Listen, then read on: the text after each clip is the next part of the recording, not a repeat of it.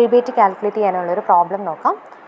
ആദ്യമേ ക്വസ്റ്റ്യൻ ഒന്ന് ശ്രദ്ധിച്ച് വായിക്കാം. In respect of the following transaction of safety bank limited you are required to pass necessary journal entries as well as the treatment in the profit and loss account and balance sheet in respect of year ended 31st December 2025. അപ്പോൾ safety ബാങ്കിൻ്റെ കുറച്ച് transactions ആണ് നമുക്ക് തന്നിരിക്കുന്നത്. അപ്പോൾ നമ്മുടെ അടുത്ത് അതെല്ലാം വായിച്ചിട്ട് അതിൻ്റെ ട്രീറ്റ്മെൻറ്റ് പ്രോഫിറ്റ് ആൻഡ് ലോസ് അക്കൗണ്ടിലും ബാലൻസ് ഷീറ്റിലും എങ്ങനെയാണ് അതിൻ്റെ ട്രീറ്റ്മെൻറ്റ് എന്നുള്ളതും അതുപോലെ തന്നെ ജേർണൽ എൻട്രി പാസ് ചെയ്യാനാണ് പറഞ്ഞിരിക്കുന്നത്. ഓക്കെ, ഇനി ഇയർ എൻഡിങ് ഡേറ്റ് നമുക്ക് തന്നിട്ടുണ്ട്, അതൊന്ന് ശ്രദ്ധിച്ച് വയ്ക്കണം. ക്ലോസിംഗ് ഡേറ്റ് എന്ന് പറയുന്നത് 31st December 2025 ആണ്. ഓക്കെ, ഇനി നമുക്ക് താഴെ തന്നിരിക്കുന്ന ഇൻഫർമേഷൻ നോക്കുക. കുറേ ബിൽസിൻ്റെയാണ്, ബിൽസ് ഡിസ്കൗണ്ട് ചെയ്തതിൻ്റെ ഡീറ്റെയിൽസ് ആണ് തന്നിരിക്കുന്നത്. The following bills are discounted at 5%. അപ്പോൾ ആ 5% എന്ന് പറയുന്നത് ഡിസ്കൗണ്ട് റേറ്റ് ആണ്, റേറ്റ് ഓഫ് ഡിസ്കൗണ്ട് ആണ്. അപ്പോൾ താഴെ തന്നിരിക്കുന്ന ബില്ലുകളെല്ലാം തന്നെ 5% ഡിസ്കൗണ്ട് ചെയ്യുന്നത്. അപ്പോൾ റേറ്റ് ഓഫ് ഡിസ്കൗണ്ടും ക്ലോസിംഗ് ഡേറ്റും നോട്ട് ചെയ്ത് വെക്കണം. ഇനി ഒരു 4 ബില്ലിൻ്റെ കേസ് തന്നിട്ടുണ്ട്, ഓരോന്നായിട്ട് നമുക്ക് ചെയ്ത് നോക്കാം.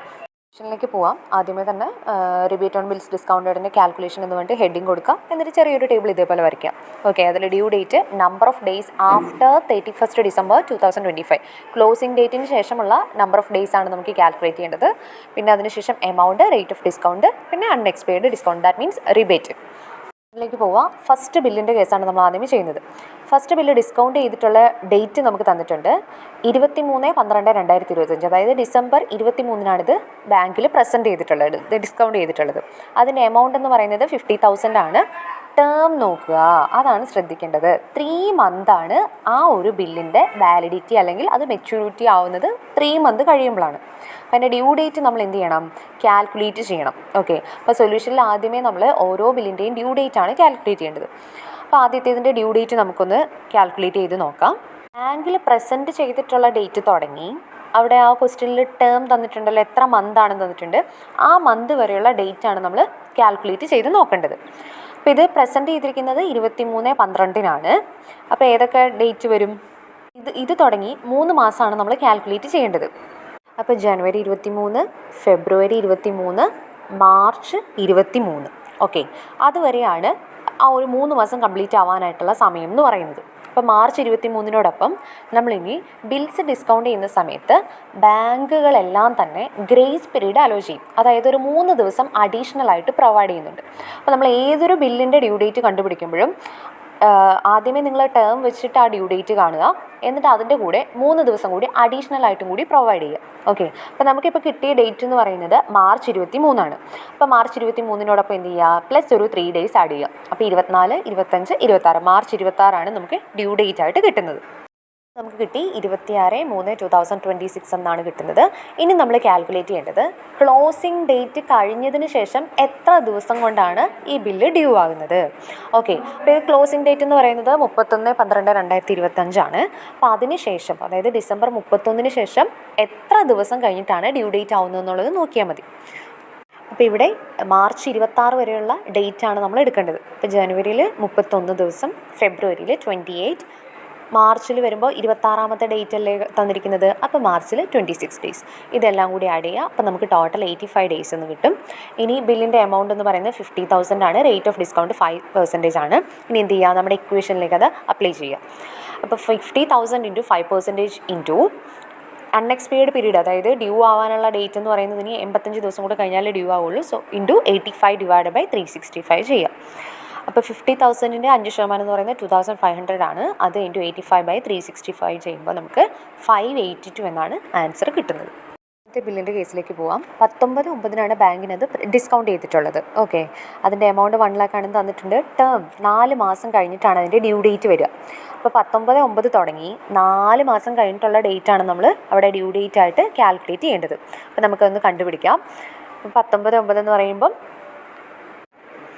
October 19, November 19, December 19, January 19. Okay, അപ്പോഴാണല്ലോ 4 month ആവുക.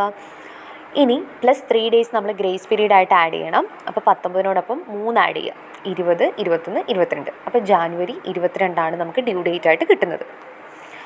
ഇനി ക്ലോസിംഗ് ഡേറ്റിന് ശേഷമുള്ള നമ്പർ ഓഫ് ഡേയ്സ് എത്രയാണ്? ഡിസംബർ 31 ശേഷം. ഇവിടെ ആകെ ജനുവരി 22 ആകുമ്പോൾ ഇത് ഡ്യൂ ആവും. അപ്പോൾ ജനുവരിയിൽ ആകെ ഇവിടെ 22 ദിവസമല്ലേ വേണ്ടി വരുന്നുള്ളൂ. സോ 22 days ആണ് ഇവിടെ വരുന്നത്, അൺഎക്സ്പയർഡ് പീരീഡ് ആയിട്ട് വരുന്നത്. എമൗണ്ട് 1 lakh ആണ്. റേറ്റ് ഓഫ് ഡിസ്കൗണ്ട് 5% ആണ്. ഇനി എന്ത് ചെയ്യുക? ഈ പറഞ്ഞ കാര്യങ്ങളൊക്കെ നമ്മുടെ ഫോർമുലയിൽ അപ്ലൈ ചെയ്യുക. അപ്പോൾ നമുക്ക് ആൻസർ 301 എന്ന് കിട്ടും. തേർഡ് ബില്ലിൻ്റെ കേസിലേക്ക് വരാം. തേർഡ് ബിൽ എന്ന് പറയുന്നത് പ്രസൻറ്റ് ചെയ്തിരിക്കുന്നത് 20/10/2025 ദാറ്റ് മീൻസ് ഒക്ടോബർ 20th ഇത് പ്രസൻറ്റ് ചെയ്തിരിക്കുന്നത്, ഡിസ്കൗണ്ട് ചെയ്തിരിക്കുന്നത്. ഇനി അതിൻ്റെ ടേം ശ്രദ്ധിക്കുക, 3 മാസത്തിന് ശേഷമാണ് അത് ഡ്യൂ ആവുക. ഓക്കെ, അപ്പോൾ 20/10 തുടങ്ങി 3 മാസം കഴിഞ്ഞിട്ടുള്ള ഡേറ്റാണ് നമ്മൾ കാൽക്കുലേറ്റ് ചെയ്യേണ്ടത്. അപ്പോൾ നവംബർ 20, ഡിസംബർ 20, ജനുവരി 20. ഓക്കെ, ജനുവരി 20 ആകുമ്പോൾ എന്താവും? 3 മാസം കംപ്ലീറ്റ് ആവും. ഇനി പ്ലസ് 3 days ബാങ്ക് അവിടെ ഗ്രേസ് പീരീഡ് ആയിട്ട് കൊടുക്കുന്നുണ്ട്. സോ 20th ഡേറ്റ് തുടങ്ങി 3 ദിവസം ആഡ് ചെയ്യുമ്പോൾ എന്ത് വരും? 23 എന്ന് പറയുന്ന ഡേറ്റ് വരും. അപ്പോൾ 23 ജാനുവരി 2026 ആണ് ഡ്യൂ ഡേറ്റ് ആയിട്ട് വരുന്നത്. ഇനി അടുത്ത് എന്ത് ചെയ്യണം? നമ്മൾ എത്ര നമ്പർ ഓഫ് ഡേയ്സ് ആണ്, ക്ലോസിംഗ് ഡേറ്റിന് ശേഷമുള്ള നമ്പർ ഓഫ് ഡേയ്സ് ആണ് കാൽക്കുലേറ്റ് ചെയ്യേണ്ടത്. ക്ലോസിംഗ് ഡേറ്റ് എന്ന് പറയുന്നത് 31/12/2025 ആണ്. സോ ഇവിടെ ജാനുവരി 23 ആകുമ്പോൾ തന്നെ എന്തായി? ഡ്യൂ ആയി. അപ്പോൾ ജനുവരിയിൽ 23 ദിവസം മാത്രമേ എന്ത് വരുന്നുള്ളൂ? ക്ലോസിംഗ് ഡേറ്റിന് ശേഷമുള്ള നമ്പർ ഓഫ് ഡേയ്സ് വരുന്നുള്ളൂ. അപ്പോൾ 23 എഴുതാം. എമൗണ്ട് 4 lakh ആണ്. റേറ്റ് ഓഫ് ഡിസ്കൗണ്ട് 5% ആണ്. ഇക്വേഷനിൽ നമ്മൾ അപ്ലൈ ചെയ്യുക. 4 lakh × 5% × 23/365 ചെയ്യാം. അപ്പോൾ നമുക്ക് 1260 കിട്ടും. ഫോർത്ത് ബില്ലെന്ന് പറയുന്നത് 30th November 30th present ചെയ്തിട്ടിരിക്കുന്നത്, discount ചെയ്തിരിക്കുന്നത്. ഇനി എൻ്റെ ടേം നോക്കിക്കേ, 5 മാസം കഴിഞ്ഞിട്ട് ഇത് ഡ്യൂ ഡേറ്റ് ആവുള്ളൂ. അതായത് നവംബർ 30 ശേഷം 5 മാസം എപ്പോഴാണോ കംപ്ലീറ്റ് ആവുന്നത് അപ്പം മാത്രമേ അത് ഡ്യൂ ആവുള്ളൂ.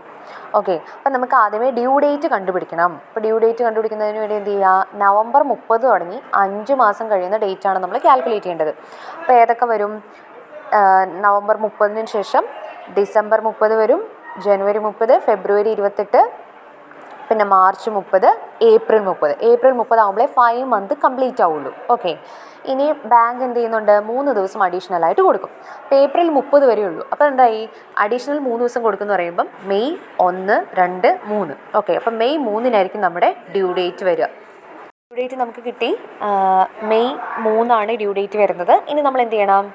ഡിസംബർ 31 ശേഷം എത്ര ദിവസമാണ് ഈ ഡ്യൂ ഡേറ്റ് ആവുന്നതിന് വേണ്ടി എന്നുള്ളതാണ് കാൽക്കുലേറ്റ് ചെയ്യേണ്ടത്. ഓക്കെ, അപ്പോൾ ഡിസംബർ 31 വരെയുള്ള ഡേയ്സ് നമുക്ക് നോക്കണ്ട, അതിന് ശേഷമുള്ളത്. അപ്പോൾ ഇവിടെ ജനുവരി, ഫെബ്രുവരി, മാർച്ച്, ഏപ്രിൽ വരെ വരുന്നുണ്ട്. അപ്പോൾ അത് ഓരോ മന്തിലും എത്ര ഡേയ്സ് ഉണ്ടെന്നുള്ളത് നോക്കാം. ജനുവരിയിൽ 31 ദിവസം വരുന്നുണ്ട്, ഫെബ്രുവരിയിൽ 28 ഡേയ്സേ ഉള്ളൂ. അതെപ്പോഴും ശ്രദ്ധിക്കണം. ഏതൊരു ബില്ല് എടുക്കുമ്പോഴും ഫെബ്രുവരി എന്ന് പറയുന്ന മന്ത് എടുക്കുമ്പോൾ 28 ദിവസമാണ് നിങ്ങൾ ആഡ് ചെയ്യേണ്ടത്. ഇനി മാർച്ചിൽ 31 ദിവസമുണ്ട്, ഏപ്രിലിൽ ആകെ 30 ഡേയ്സേ ഉള്ളൂ. 30 ചെയ്യുക. ദെൻ മെയ് 3 ഡ്യൂ ആവുന്നത്. സോ മെയ്യിൽ 3 days. അപ്പോൾ ഇതെല്ലാം കൂടി ആഡ് ചെയ്യുമ്പോൾ 123 എന്നാണ് നമുക്ക് കിട്ടുന്നത്. ദെൻ എമൗണ്ട് നോക്കുക, 30,000 ആണ്.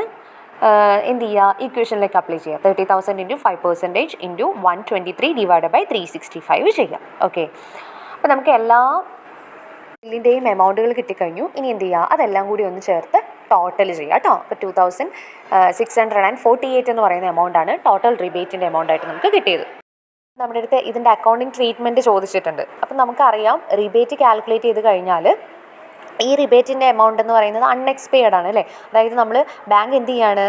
ഇൻകം മുൻകൂട്ടി അഡ്വാൻസ് ആയിട്ട് റിസീവ് ചെയ്തതാണ്. സോ അതായത് ഇത് അടുത്ത അക്കൗണ്ടിങ് ഇയറുമായിട്ട് റിലേറ്റഡ് ആയിട്ട് വരുന്ന ഇൻകമാണ്. അതുകൊണ്ടാണ് നമ്മൾ ഇൻകം റിസീവ്ഡ് ഇൻ അഡ്വാൻസ് എന്നുള്ള രീതിയിൽ ഇത് കാൽക്കുലേറ്റ് ചെയ്ത് കണ്ടുപിടിച്ചത്. ഓക്കെ, അപ്പോൾ ഇത് നെക്സ്റ്റ് അക്കൗണ്ടിങ് ഇയറിലേക്ക് നമ്മളിത് ക്യാരി ഫോർവേഡ് ചെയ്തിട്ട് വേണം ഇതിന് കാണിക്കാനായിട്ട്. അപ്പോൾ നമ്മൾ പാസഞ്ചർ ജേർണൽ എൻട്രി എന്താണ്? Discount account debtor to rebate on bills discounted എന്ന് പറഞ്ഞിട്ട് നമുക്കിപ്പോൾ കിട്ടിയ ടോട്ടൽ റിബേറ്റിൻ്റെ എമൗണ്ട് എഴുതുക. ഇനി ഇത് നമ്മൾ ബാലൻസ് ഷീറ്റിൽ എങ്ങനെയാണ് ട്രീറ്റ് ചെയ്യുന്നതെന്ന് വെച്ചാൽ, റിബേറ്റിനെ നമ്മൾ പ്രോഫിറ്റ് ആൻഡ് ലോസ് അക്കൗണ്ടിൽ ഇൻട്രസ്റ്റ് ആൻഡ് ഡിസ്കൗണ്ട് എന്ന് പറയുന്ന ഷെഡ്യൂളിൽ നമ്മളിത് ഡിറ്റക്ട് ചെയ്യണം. ഇൻട്രസ്റ്റ് ആൻഡ് ഡിസ്കൗണ്ടിൽ നിന്ന് ഇതിനെ ഒന്ന് ഡിറ്റക്ട് ചെയ്യണം. അതുപോലെ തന്നെ ബാലൻസ് ഷീറ്റിൻ്റെ അതർ ലയബിലിറ്റി ആൻഡ് പ്രൊവിഷൻ എന്ന് പറയുന്ന ഹെഡിൻ്റെ അണ്ടറിലും കൂടെ വേണം നമ്മളിത് മാർക്ക് ചെയ്യാനായിട്ട്.